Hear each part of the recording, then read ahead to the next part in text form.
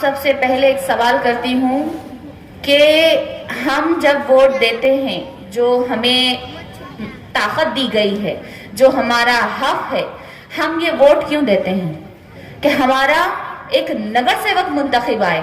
नगर सेवक कैसा हो, क्या ये कभी हमने सोचे हैं? क्या सिर्फ गली के रास्ते बनाने वाला हो, क्या कोई एक नाली बनाने वाला हो, या गलियों में हार पहनने वाला हो, या फिर वो जो वोटिंग के 2 महीने पहले रास्ता बना दे और कहे कि मैंने जो है रास्ता बनाया है, मुझे वोट दे दो। क्या ये नगर सेवक हैं? गलत है। नगर सेवक में 3 चीजें होनी चाहिए। पहला है इल्म, तालीम। ऐसा नहीं कि सिर्फ लिखना पढ़ना आता है, बल्कि हर चीज का उसे हर फील्ड का इल्म हो। दूसरा है कि उसके अंदर खिदमते खल्क, कौम की खिदमत करने का जज्बा हो। तीसरा है कि कौम के लिए, कौम के हक के लिए आवाज उठाने वाला हो। आज हमारे नगर सेवक हम कैसे मुंतखब कर रहे हैं? तालीम तो चलो पहले तालीम नहीं थी, मगर एक इल्म होता है समझदारी का, हिकमत का। आज हमने जो है जंगल राज करने वालों को हमने मुंतखब किया 25 से 30 साल से। दूसरा है खिदमत खल्क का जज्बा। आज ये 25 से 30 साल से सिर्फ और सिर्फ खुद की खिदमत कर रहे हैं, खुद की तरक्की कर रहे हैं, और जो चौखट पे आते हैं उन्हें बाहर ढकेल दिया जाता है, उनकी बात सुनी नहीं जाती है। और तीसरा है कि कौम के हक के लिए आवाज उठाने वाला, यहाँ तो कौम को ही बेच दिया जाता है चंदा में। यहाँ कौम के हक पे ही कब्जे किए जाते हैं। आपने उनको 25 से 30 सालों से उन्हें ओहदों पर बिठाया है। क्या आप ऐसे ही करेंगे? आपका नगर सेवक ऐसा हो जो आपके बच्चों की तालीम के लिए सोचे, इनके मुस्तकबिल के लिए सोचे। हमारी कौम पीछे क्यों हो रही है? इसी वजह से आज आपको मतदान देना है, तरक्की की तर्ज पे देना है। आज राष्ट्रवादी कांग्रेस पार्टी आपके सामने खड़ी है। घड़ी आज हर गांव में आई है। महाराष्ट्र में तकरीबन राष्ट्रवादी कांग्रेस के 40 नगर अध्यक्ष आए हैं। लातूर औसा में एक मुस्लिम महिला वहां की नगर अध्यक्ष राष्ट्रवादी कांग्रेस से मुंतखब होकर आई है। वहां के मुसलमानों ने एक मुस्लिम महिला को क्यों मुंतखब किए? क्योंकि राष्ट्रवादी कांग्रेस पार्टी आज मुसलमानों के लिए बहुत सारी खिदमत अंजाम दे रही है। हज हाउस तामीर हो रहा है, पहला सरकारी गवर्नमेंट यूनानी कॉलेज बनने जा रहा है। हमारे बच्चों की स्कॉलरशिप अजीत दादा साहब ने 30 करोड़ से बढ़ाकर 500 करोड़ का बजट उन्होंने मंजूर किया है। आज हमारे कौम के लिए काम करने वाली पार्टी आज सिर्फ और सिर्फ राष्ट्रवादी कांग्रेस पार्टी है। और जहां नांदेड़ की सियासत की बात है तो नांदेड़ में बीजेपी को टक्कर सिर्फ और सिर्फ राष्ट्रवादी कांग्रेस दे सकती है, सिर्फ और सिर्फ घड़ी देने वाली है। बहरहाल आपको 15 तारीख को 4 बटन घड़ी के दबाने हैं। कितने? 4 दबाने हैं। पहले बॉक्स में 2 हैं घड़ी, एक ऊपर नीचे, दूसरे बॉक्स में 1, तीसरे बॉक्स में 1। आराम से, परेशान नहीं होना है। वैसे भी हमारे हर घर में घड़ी है। हम सुबह उठते हैं घड़ी देखकर, सोने से पहले घड़ी देखकर सोते हैं, अजान होती है घड़ी देखते हैं, खाते हैं घड़ी देखते हैं। तो हमें कोई परेशानी नहीं आने वाली है। और खास बात यह है कि पतंग वालों के भी घर में घड़ी है, पंजे वालों के भी घर में घड़ी है, उन्हें भी हर दिन घड़ी देखना ही है। क्योंकि आने वाला वक्त 15 तारीख का वक्त घड़ी का होगा या नहीं? तो 15 तारीख को 4 घड़ी दबाइए। ऐसा मत कीजिए। अभी तो कई जगह जो पाकिस्तान नगर हमीदिया में लोग बोल रहे हैं कि बाजी हम 4 घड़ी तो देना चाह रहे हैं, मगर वो जो है पंजे वाले बोल रहे हैं कि पहला पंजा दबाओ, 3 आप घड़ियां दबा दो। कौन बोल रहे? जो 25 से 30 साल से बड़े बड़े ओहदों पर रह चुके, आज उनके हालात ऐसे आ गए कि अल्लाह के नाम पे एक पंजा दे दो। सही बात है। अभी तो एक यहाँ पे भी खबर आई कि एक पतंग, पहला पतंग दबा दो, 3 कुछ भी दबा दो। ये हालात हैं इनके। ये अपने पार्टी को, अपने पैनल को नहीं लेकर चल सक रहे। ये आपको क्या लेकर चलेंगे 5 साल?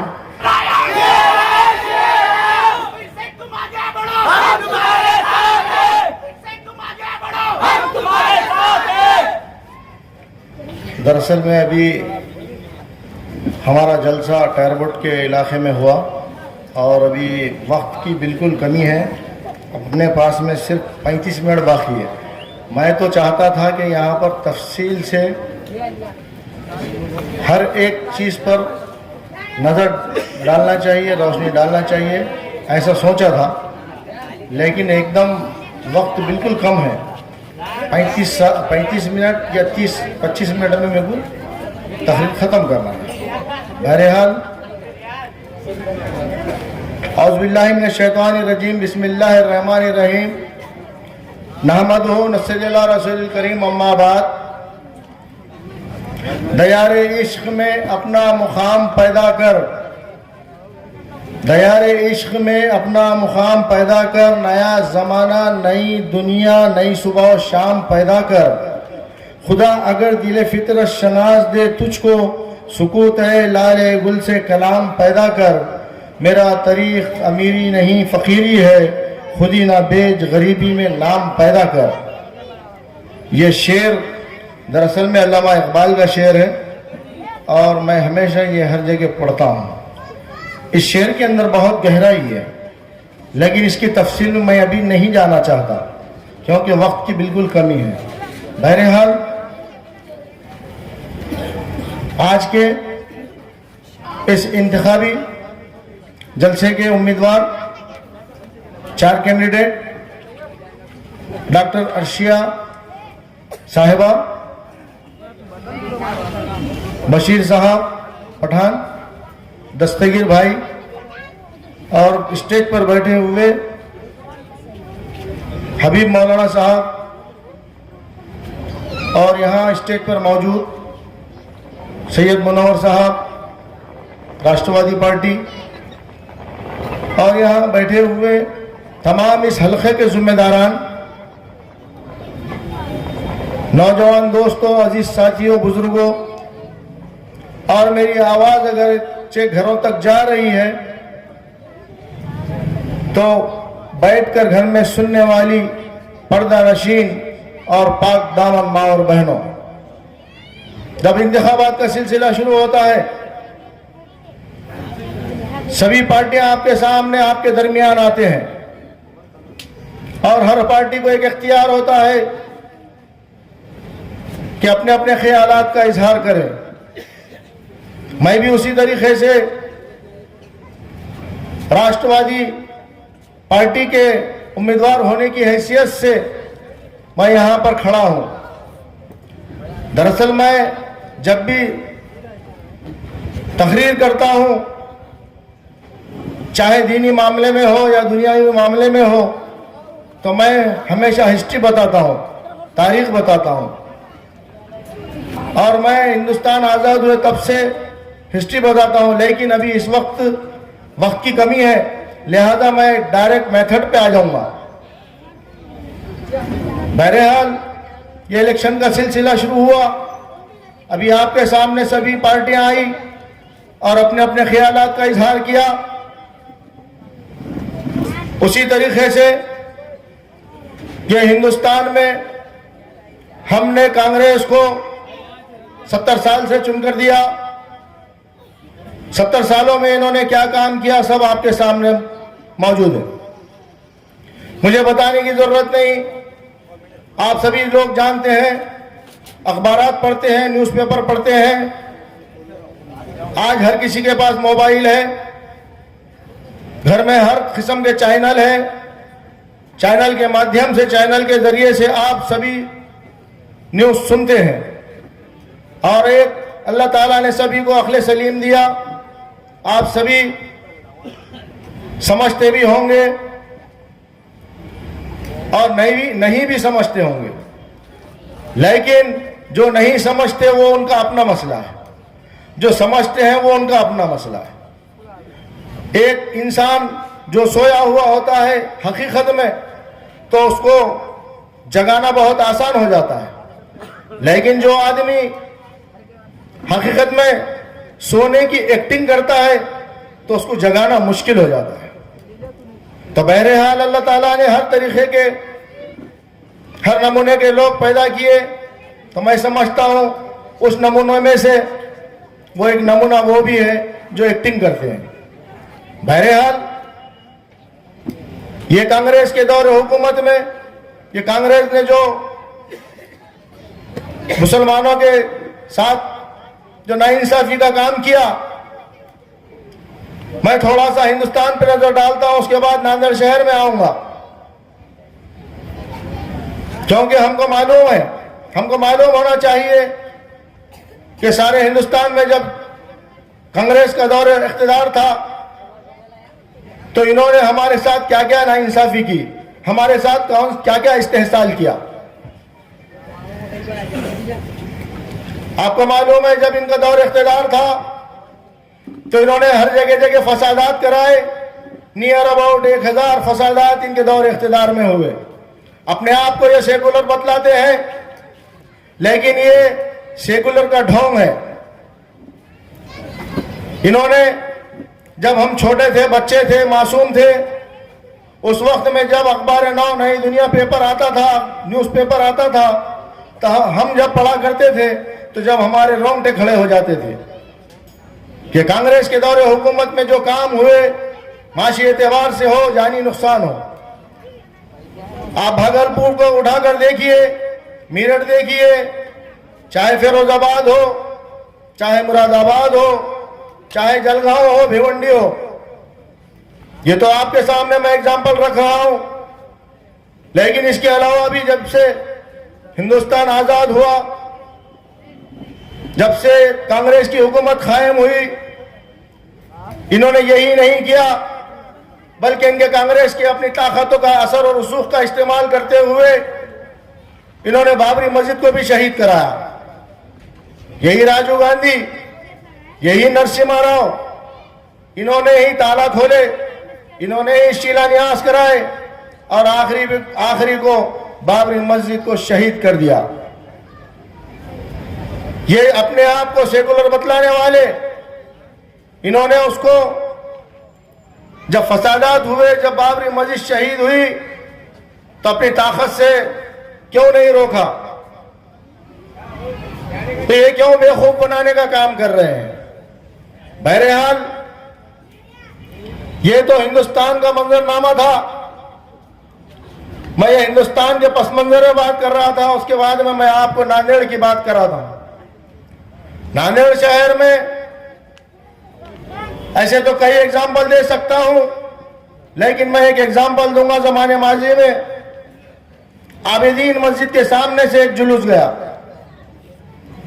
और जुलूस जाने के बाद आबिदीन मस्जिद, कुछ शरपसंद लोगों ने उस मस्जिद में दाखिल हुए और घड़ी तोड़ दिए, वहां के जानिमाज फेंक दिए और वजू खाने तोड़ दिए।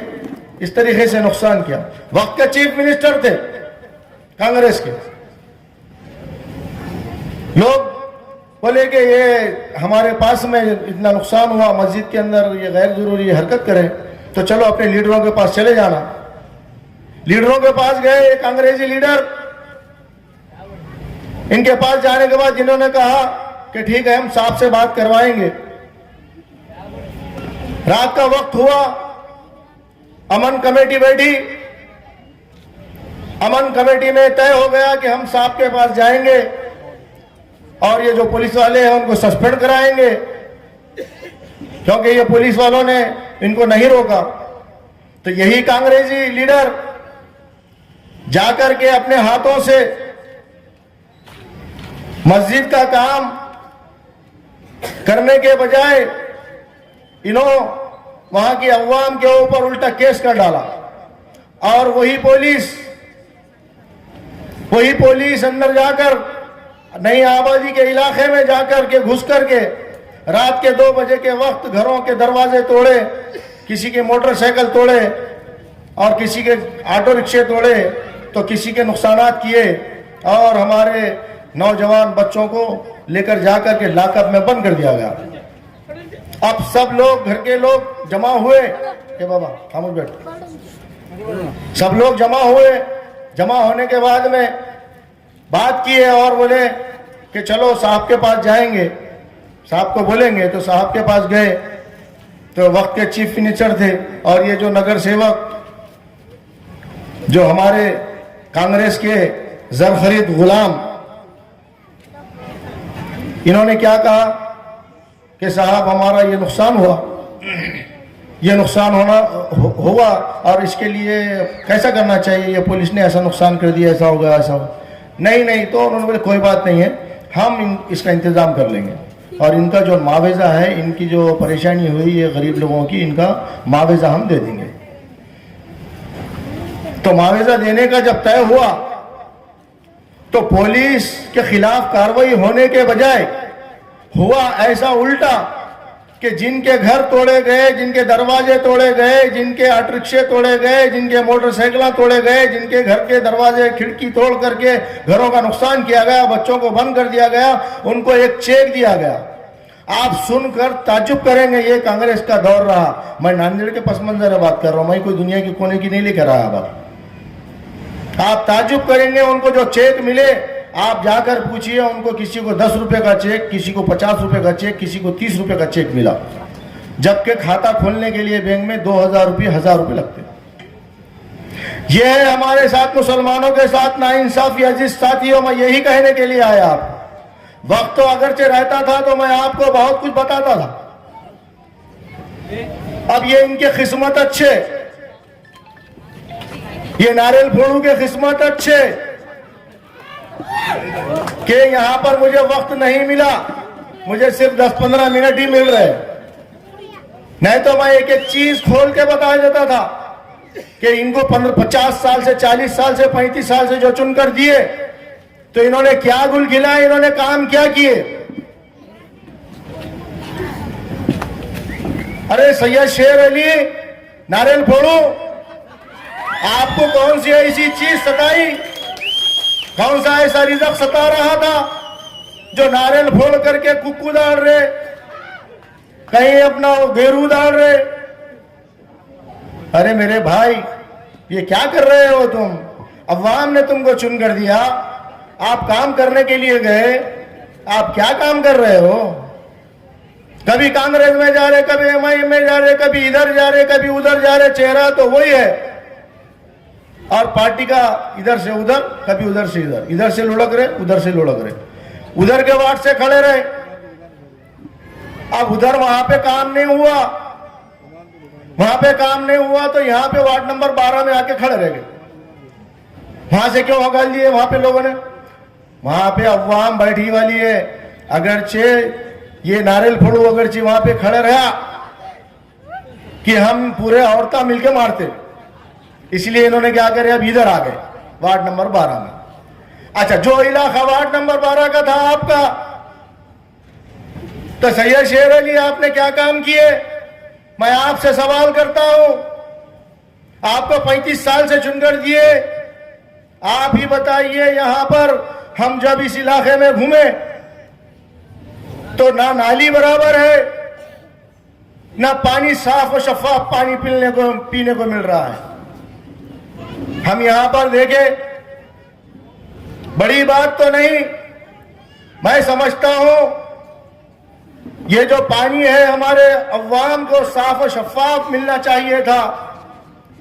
ये इनका हमारा अपना नुकसान हुआ, ये हमारे मासूम बच्चों का नुकसान हुआ, ये हमारे बुजुर्गों का नुकसान हुआ। जब वो गंदा पानी पेट में जाता है तो कई नमूने के बीमारियां जोर करते हैं। आप कोई माहिर तिब से पूछिए, आपको तो तौफीक नहीं हुई, कोई माहिर तिब बना, कोई इंजीनियर बना, कोई 12वीं में पास हुआ, टॉप किया, कोई 10वीं में टॉप किया, तो कभी बुला करके उसकी कोई गुलपोशी की है आपने? अरे गरीब बच्चों के लिए कोई कदम? आप तो टीचर है, जो स्कूल में टीचर है वो स्कूल बराबर चला रहे नहीं, बंद हो जा रहा। 2-2 दिन को झगड़े वहां, हर 2 दिन को एक झगड़ा है। तो तुम्हारे से क्या तवक्को रखेंगे? ये अवाम ने चुनकर दिया आपको, एक भरोसा किया था, एक ट्रस्ट किया था। ना इन्हें आपने पानी इनको सही तरीके से पीने दिया, ना आपने सही ड्रेन बनाई। आप इंजीनियर है, आपको इंजीनियर कौन बनाया और आपको मास्टर कौन बनाया मुझे तो नहीं मालूम। अरे वो नाली है, ड्रेन है, तो उसका पानी बाहर जाता कि घर में वापस जाता? ये तो मेरे को ताज्जुब ही दिख रहा। और वो इंजीनियर ने भी कैसा बिल निकाला, खाली गुत्तेदारी कर रहे जमाने भर से, पैसा कमा रहे। अरे पैसा पैसा पैसा, अरे पैसा हवस के ताजदारों को बिस्तरों पे नींद नहीं आती और गरीब फर्श खाक पर बेखतर सोते हैं। अरे पैसा पैसा मत करिए आप, ये मासूम बच्चों का नुकसान मत करिए। आपका काम था ये मासूम बच्चों के लिए, ये हमारे गरीब इलाके में एक आधा इंग्लिश स्कूल खोलना था जिसमें हमारे मासूम बच्चे कम फीस में पढ़ना चाहिए था। क्यों नहीं किया? हमने मनगढ़ पकड़ के रखा था। आपने कभी कोई गार्डन नहीं बनाया। जो गार्डन बनाने की बात कर रहे थे और वहां पे ट्रीटमेंट प्लांट और लेकर आ गए हैदराबाद में आपके साइन के साथ। क्या अच्छी चीज लेके आ रहे? उनके शक्कर के कारखाने कांग्रेस के, उनके बड़े बड़े फैक्ट्रियां, उनके बड़े बड़े कंपनियां, और हमारे पास क्या है तो गोबर का कारखाना। वाह वाह, क्या अच्छी चीज लाया। पढ़े लिखे आदमी, एजुकेटेड, वेल एजुकेटेड। आप भी वही, आपके लीडर भी वही। मुखीद को और हमारे मुखीद के पैनल को चुनकर दीजिए। इंशाअल्लाह ये जो काम है, ये जो नालियों का काम है, ये पानी का पीने का मसला है, अल्लाह चाहे तो ज्यादा बड़ी बात नहीं, ये 2 महीने में हल करा के बता दूंगा। 2 महीने में इंशाअल्लाह। जब मैं चुनकर आया तो चुनकर आने के बाद में मेरे वार्ड में आप आकर देखिए, कोई जगह ऐसी खाली नहीं बचा। जो लोग 40 साल से 30 साल से चुनकर आते थे, पूरे रास्ते वैसी थे, ड्रेन वैसी थी, कुछ काम नहीं था, जीरो था, बंजर जमीन थी।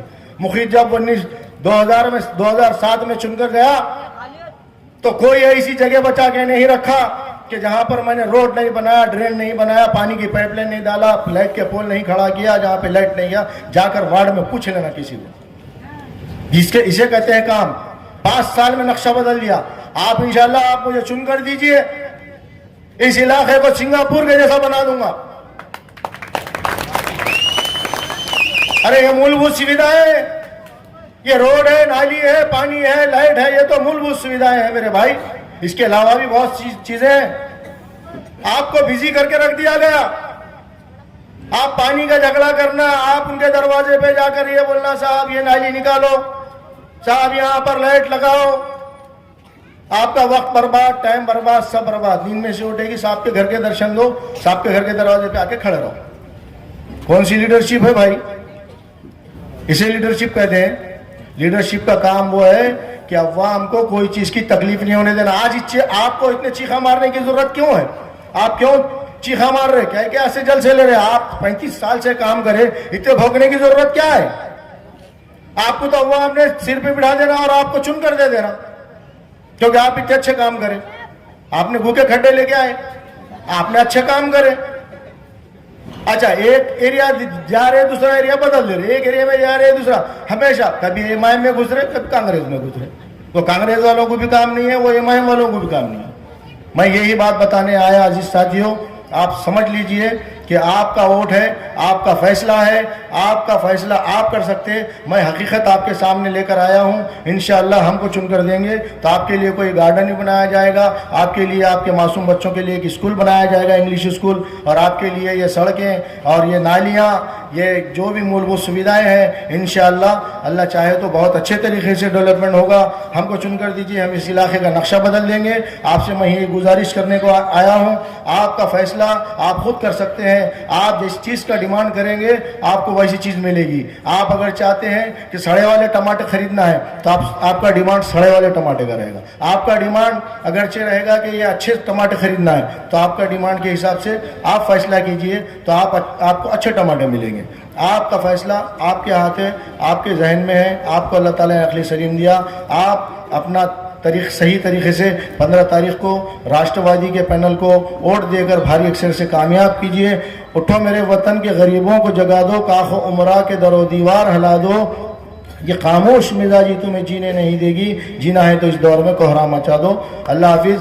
आज के जो जलसा हुआ, जो सब लोग यहाँ पर आए, मैं उनका शुक्रिया अदा करता हूँ। और जितने भी मैं जब खड़े रहने के पहले मैंने सब लोगों से बात किया था, इंटेलेक्चुअल लोगों से, उन्होंने कहा मुखीद भाई आप खड़िए, उलमाए दीन ने भी कहा खड़े रहिए। इसलिए हम यहाँ पर हमारा पैनल राष्ट्रवादी का खड़े रहा है। और मैं सभी उलमाए दीन का और जितने भी तंजीमों ने मेरे से लिए जो हमारे लिए जो बात कही थी कि आप खड़े रहिए हमारे हमारी तारीफ़ की और हमको आगे आगे किए, आगे की तरफ आप खड़े रहिए, मैं उनका भी शुक्रिया अदा करता हूँ। यहाँ पे आपने कीमती वक्त निकाला, उनका भी शुक्रिया अदा करता हूँ। हमारे माएँ बहनें अगर जो सुन रही हैं, मैं उनका भी शुक्रगुजार हूँ कि आप तफसील से सुना, मुझे मौका नहीं मिला। इंशाल्लाह आप मुझे दूसरी मरतबे सुन लीजिए, सुनिए, कहीं और मौका मिलेगा तो अल्लाह चाहे तो मैं आपको सभी तफसील से बताऊँगा कि ये क्या चल रहा है।